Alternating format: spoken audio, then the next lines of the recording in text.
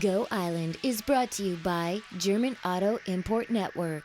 The volunteer fire department fire hall here in Qualicum Beach is an iconic structure on the corner of Harlech and First in Qualicum Beach. Things are changing and a new fire hall is currently in process. We're telling you about that today on Go.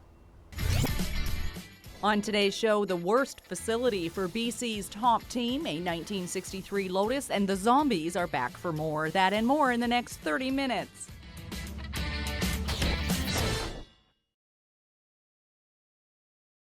You are watching Go Island on Shaw TV Channel 4, and there is indeed plans in process. Things are well on their way towards a new fire hall for the town of Qualicum Beach. We're going to have a look at the old one today, show you why it just doesn't cut it anymore, and the site and plans where the new fire hall will go and how you can be a part of that process. That's all coming up here on Go Island in the next 30 minutes. And just like this building isn't quite cutting it anymore, neither is the stadium at Caledonia Park. BC's top football team is located in Nanaimo, and their performance always gives the community a lot to be proud of, but their home stadium does not leave a very good impression. Here's Kelly Robinson.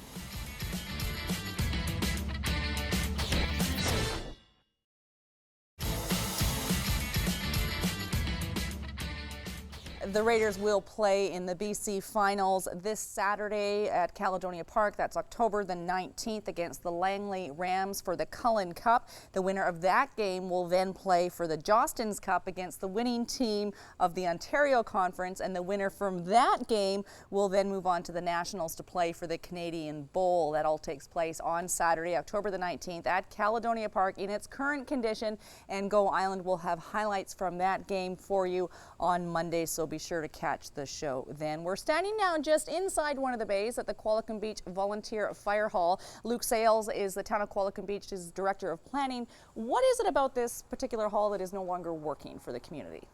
Well, the hall was just perfect 40 years ago when it was built. It was the right size and it was configured right for the apparatus that they had at the time.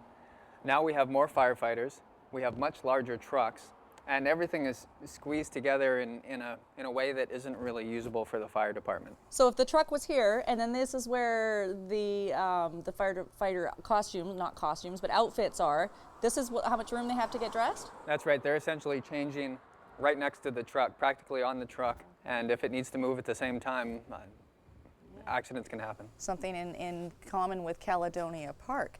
So it's a reflection of the town growing. And we were talking earlier about how the town has evolved, the population has developed, the needs have developed, but yet the fire hall hasn't really kind of kept up with those times. That's right. Population would be a part of it, but also standards have changed over the years.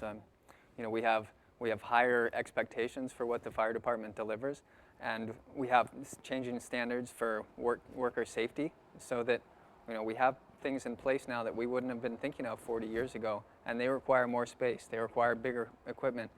Firefighters don't ride on the top of the truck anymore. They're inside, they're buckled in. So that necessitates a larger enclosed cab. There's lots of things going on here. The hall isn't right anymore. Okay, excellent. And is there anything you want people out there to know that they might not know about any of the shortcomings that are currently in place? Because we're going to talk later about what's in plan for a new fire hall.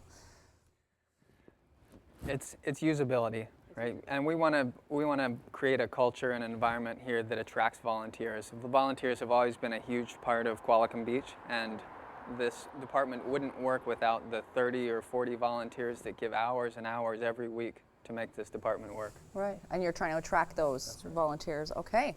Excellent. We're going to look at the site of the new fire hall in Qualicum Beach later on this edition of Go Island. And we're also going to take a little look back in history to see how important it is to have the proper firefighting resources available in a community. We'll do that at the Qualicum Beach Museum. It's time now, though, for a short break. Still to come today on Go Island, taking a ride in a 1963 Lotus, organ music in Port Alberni, and walking with the Zombies in Nanaimo. That and more still to come today on Go.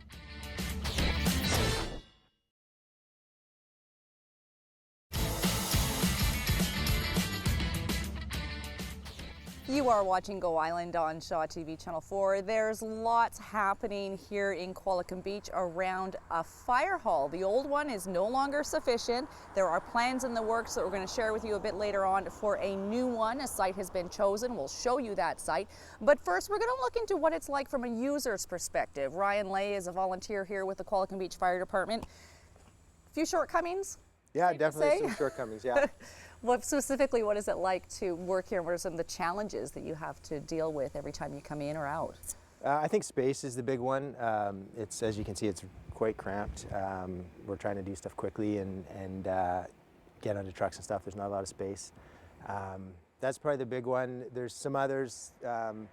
We don't have some of the facilities that they have in some of the more modern, updated fire halls that are kind of necessary. That may be considered standard, you know, today, such as showers? Yeah, even. Showers and a place to kind of get cleaned up. I think nowadays stuff that burns is a lot dirtier and worse for you than it was 40 years ago, and I think it's nice to be able to not take that home with you at the end of the day.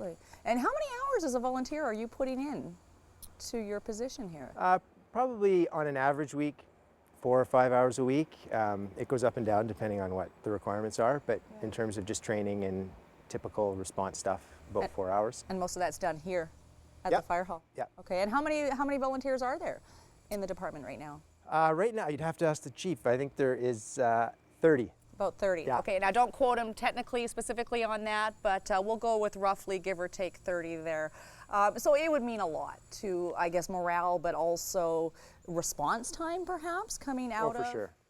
So it actually comes down to a matter of safety when you're talking about a facility that is up to modern standards. Yep, I would agree, yeah. That's the bottom line, I guess, in the end, isn't it? Yeah. Okay, thank you. Thank you. We're going to throw things over now to our 11th installment of Calendar Cars. It's our first car from Europe, a 1963 Lotus.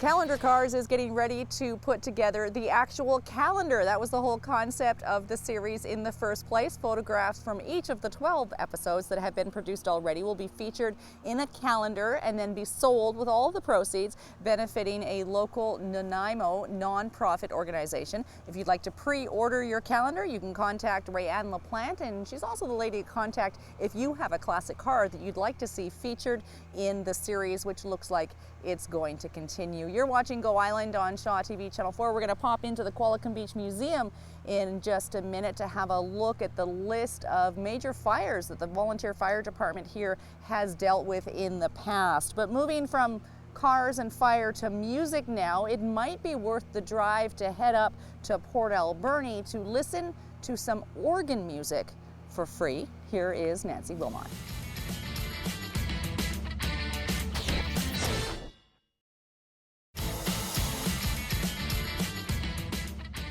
You're watching Go Island on Shaw TV Channel 4. This is Natanya Waddell. We're inside here at the Qualicum Beach Museum because Qualicum Beach, like most communities, is no stranger to large-scale fires. All the more reason to have an adequate fire hall in place. And this is just a little documentation of the history of fires in Qualicum Beach. Fires and the fire department of Qualicum Beach. It started in 1947, was when the first one was built, and actually took a couple years to finish it. And so this is a little display that talks to the past of the department here in town. Excellent. There's a log here that was kept. Of course, the technology will change the way it looks for any modern day fires, but you can have a look back in history literally with that fire log. Now this looks like it was something pretty serious. Yes, this was the Eagle Crest fire. So the Eagle Crest Golf Club still exists today, but there used to be a big lodge there, and it burned down not once but twice actually. Wow. And this was the last time it burned down, a fire depicting that. Okay, and we're at a pivotal point in history now, looking towards a new fire hall here in the town of Qualicum Beach. We're still going to touch on that before this edition of Go Island is over. In the meantime, Halloween is just around the corner. We're having another look at Todd Jones's experience as a zombie.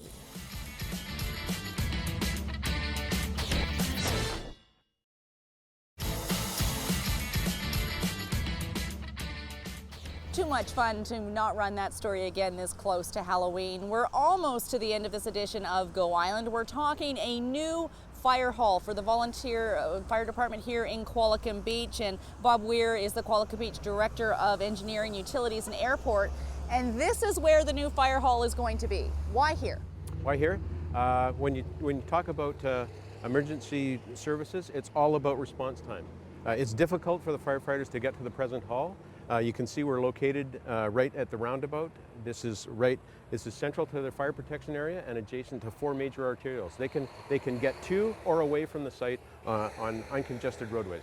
Okay, and so would that make it all is about response time, as you mentioned? Response time, whether it's police, fire, medical services, it's all about response time. It's difficult for them to get to and from the hall, especially during major events. Okay. There was a time when it was appropriate there, but it's no longer appropriate. Now it's appropriate here.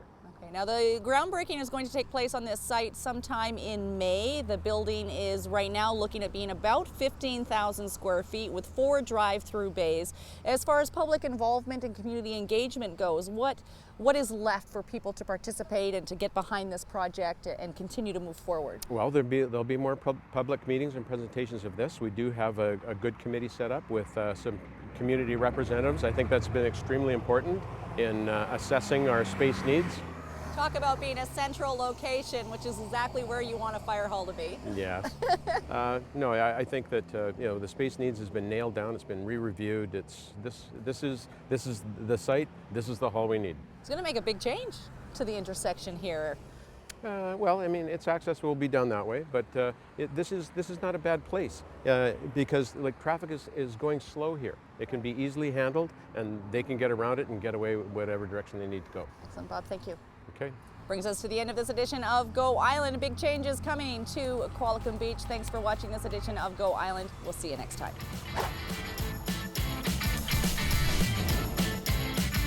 Go Island is brought to you by German Auto Import Network. Clothing supplied by Catwalk Fashions. Kate's Hair and Aesthetics provided by Maffeo Salon.